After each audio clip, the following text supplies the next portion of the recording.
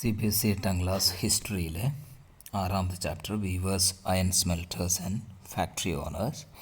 അതിൻ്റെ last part, 4ാമത്തെ പാർട്ടാണ് നമ്മളിന്ന് നോക്കുന്നത്. ഇതിനു മുമ്പുള്ള 3 പാർട്ടുകൾ കാണാത്തവർ അത് ആദ്യം കാണണം. നമുക്കിതിൽ iron and steel factories come up in ഇന്ത്യയിലെ അയൺ ആൻഡ് സ്റ്റീൽ ഫാക്ടറീസ് അതെങ്ങനെയുണ്ടായി, അതിൻ്റെ സാഹചര്യങ്ങളെക്കുറിച്ചാണ് നോക്കുന്നത്.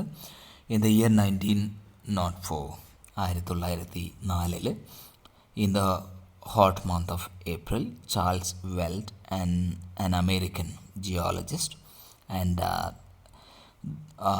the Rabji Tata, the eldest son of Jamsetji Tata, അങ്ങനെ ഒരു ചൂടുള്ള ഏപ്രിൽ മാസത്തിൽ ചാൾസ് വെൽഡും, അതായത് ചാൾസ് വെൽഡ് എന്ന് പറയുന്നത് അമേരിക്കൻ ജിയോളജിസ്റ്റാണ്, അതുപോലെ തന്നെ Dorabji Tata, eldest son of Jamshedji Tata, Jamshedji ടാറ്റയുടെ മൂത്ത മകനായ ദൊറാബ്ജി ടാറ്റ, ഇവർ രണ്ടുപേരും കൂടി travelling in Chhattisgarh in search of iron ore deposits. ഛത്തീസ്ഗഡിലെ അയൺ ഓറിൻ്റെ ഡെപ്പോസിറ്റുകൾ നോക്കി അങ്ങനെ ട്രാവൽ ചെയ്യുകയാണ്. അയൺ ഓർ എന്ന് പറഞ്ഞാൽ അതിൽ നിന്നാണ് അയൺ അല്ലെങ്കിൽ ഇരുമ്പുണ്ടാക്കുന്നത്. They had spent many months on a costly venture looking for sources of good iron ore to set up a modern iron and steel plant in India. ഇന്ത്യയിലൊരു ഒരു modern iron and steel plant setup ചെയ്യാനായിട്ട് iron ഓറുള്ള സ്ഥലം നോക്കി നടക്കുകയാണ്. Iron ഓറില്ലാതെ, അതിൻ്റെ source ഇല്ലാതെ ഇങ്ങനെയൊരു steel plant, iron and steel plant ഉണ്ടാക്കാൻ സാധിക്കില്ല. Jamsetji Tata had decided to spend a large part of his fortune to build a big iron and steel industry in India. Jamshedji Tata decide ചെയ്തിരുന്നു ഒരു വലിയ iron and steel factory ഇന്ത്യയിൽ തുടങ്ങാനായിട്ട്. But this could not be done without identifying the source of fine quality iron ore. നല്ല quality iron ഓറിൻ്റെ source കണ്ടുപിടിക്കാതെ ഇങ്ങനെയൊരു iron and steel industry setup ചെയ്യാൻ സാധിക്കില്ല എന്ന് അദ്ദേഹത്തിന് അറിയായിരുന്നു. One day after travelling for many hours in the forest, ഒരുപാട് മണിക്കൂറുകളോളം കാടിലൂടെ നടന്നു കഴിഞ്ഞപ്പോൾ ഒരു ദിവസം Weld and Dorabji came upon A small village, ഒരു ചെറിയൊരു വില്ലേജിലെത്തി. ഈ രണ്ടുപേരും found a group of men and women carrying basket loads of iron ore. Iron ഓറ് ഇങ്ങനെ ചുമന്നുകൊണ്ട് പോകുന്നു കുറച്ച് പുരുഷന്മാരും സ്ത്രീകളും. ദീസ് പീപ്പിൾ വർ അഗാരിയാസ് ആയിരുന്നു, ആ ട്രൈബായിരുന്നു, അഗാരിയ ട്രൈബായിരുന്നു അവർ. They asked where they had found the iron ore, എവിടെയാണ് ഈ അയൺ ഓർ ഉള്ളതെന്ന് അവരോട് ചോദിച്ചു. Agarias pointed to a hill in the distance, ദൂരെ ഒരു ഹിൽ അല്ലെങ്കിൽ ഒരു കുന്ന്, മല കാണിച്ചിട്ട് അവർ പറഞ്ഞു അവിടെ നിന്നാണ്. Weld and Dorabji reach the hill after an exhausting trek through the dense forest. ആ ഡെൻസ് ഫോറസ്റ്റിനുള്ളിൽ കൂടെ അവർ സഞ്ചരിച്ച് ആ ഹില്ലിനടുത്തെത്തി. On exploring the hill, the geologist declared that they had at last found what they had been looking for. അവരെന്താണോ നോക്കിക്കൊണ്ടിരുന്നത് അത് അവർക്ക് കിട്ടി എന്ന് ഈ ജിയോളജിസ്റ്റ് പറഞ്ഞു. അവിടെ ഹില്ല് എക്സ്പ്ലോർ ചെയ്തിട്ട് പറഞ്ഞു, നമ്മളെന്താണോ നോക്കിക്കൊണ്ടിരുന്നത് നമുക്ക് കിട്ടിയിരിക്കുന്നു. Rajhara hills had one of the finest ores in the world. വളരെ നല്ല അയൺ ഓർ അവിടെ ഉണ്ട്. But there was a problem. പക്ഷേ ആ രാജാര ഹിൽസിൽ അവിടെ ഒരു പ്രോബ്ലം ഉണ്ടായിരുന്നു. The region was dry and water necessary for running the factory was not to be found nearby. അടുത്ത് വെള്ളമൊന്നുമില്ല, വളരെ ഡ്രൈയും ആണ്. ഫാക്ടറിക്ക് വേണമെങ്കിൽ ഫാക്ടറി എസ്റ്റാബ്ലിഷ് ചെയ്യാൻ അല്ലെങ്കിൽ ഫാക്ടറി നടത്താനായിട്ട് വെള്ളം വേണം, വെള്ളം അവിടെ ഇല്ല. Tatas had to continue their search for more suitable place to set up their factory. അപ്പോൾ ഫാക്ടറി സെറ്റ് ചെയ്യാനായിട്ട് വേറെ മറ്റ് നല്ല സ്ഥലം നോക്കാനായിട്ട് പിന്നെയും കണ്ടിന്യൂ ചെയ്തു അവരുടെ തിരച്ചിൽ. However, Agarias helped in the discovery of a source of iron ore that would later supply the Bhilai steel plant. Bhilai steel പ്ലാന്റിലോട്ട് സ്റ്റീൽ അല്ലെങ്കിൽ അയൺ സപ്ലൈ ചെയ്യാൻ പറ്റുന്ന ഒരു സോഴ്സ് ഓഫ് അയൺ ഓറിൻ്റെ ഒരു സോഴ്സ് കണ്ടുപിടിക്കാനായിട്ട് ഈ അഗാരിയാസ് അവരെ സഹായിച്ചു. എ ഫ്യൂ ഇയേഴ്സ് ലേറ്റർ, കുറച്ച് വർഷം കഴിഞ്ഞപ്പോൾ, a large area of the forest was cleared on the banks of the river Subarnarekha to set up the factory and an industrial township Jamshedpur ഒരു industrial ടൗൺഷിപ്പാണ്. ആ ജംഷേദ്പൂറും അവിടെ ഒരു ഫാക്ടറിയും തുടങ്ങി. എവിടെയായിരുന്നു അത്? സുബർണരേഖ എന്ന നദിയുടെ തീരത്തായിരുന്നു.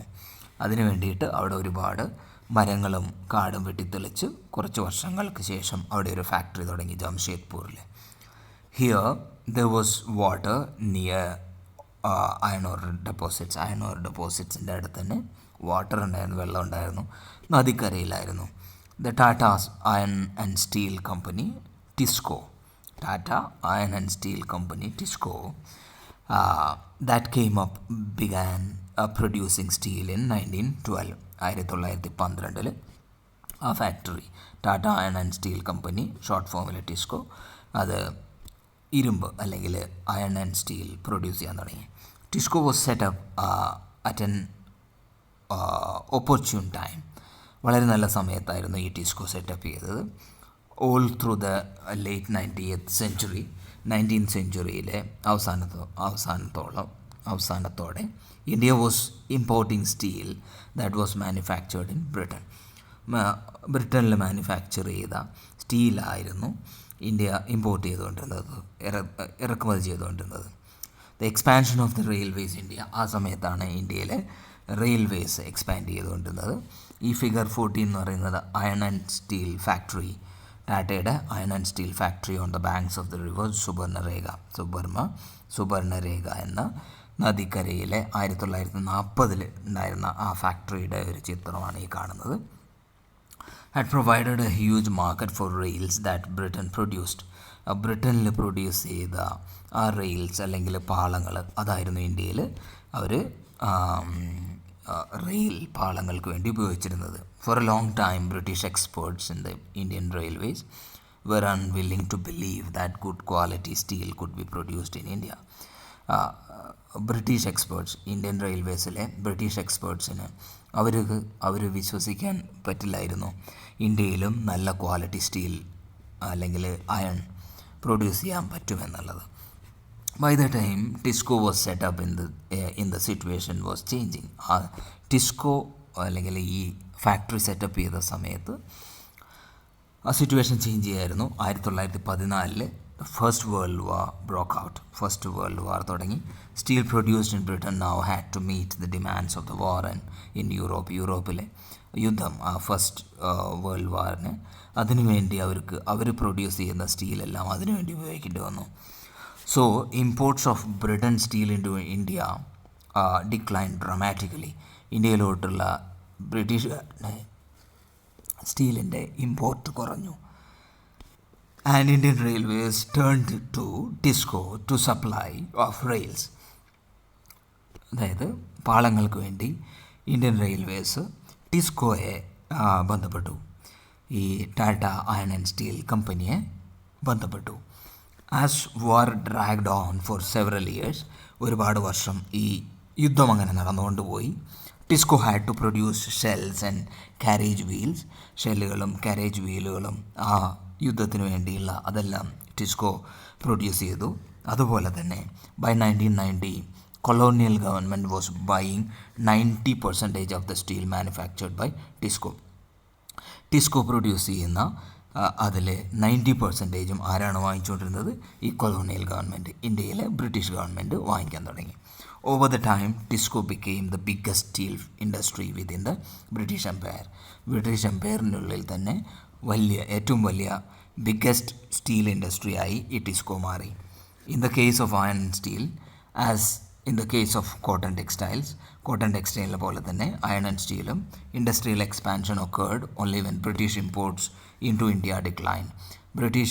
ബ്രിട്ടീഷേഴ്സിൻ്റെ ഇറക്കുമതി കുറഞ്ഞപ്പോഴാണ്, ഇന്ത്യയിലോട്ടുള്ള ഇറക്കുമതി കുറഞ്ഞപ്പോഴാണ് ഈ അയൺ ആൻഡ് സ്റ്റീൽ ഇൻഡസ്ട്രിയും ഡെവലപ്പ് ചെയ്തത്. And the market for Indian industrial goods increased. അങ്ങനെ ഇന്ത്യയിലെ ഇൻഡസ്ട്രിയൽ ഗുഡ്സിൻ്റെ മാർക്കറ്റ് കൂടി.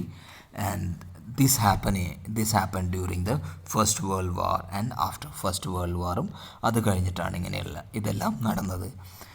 As the nationalist movement develop ചെയ്തു.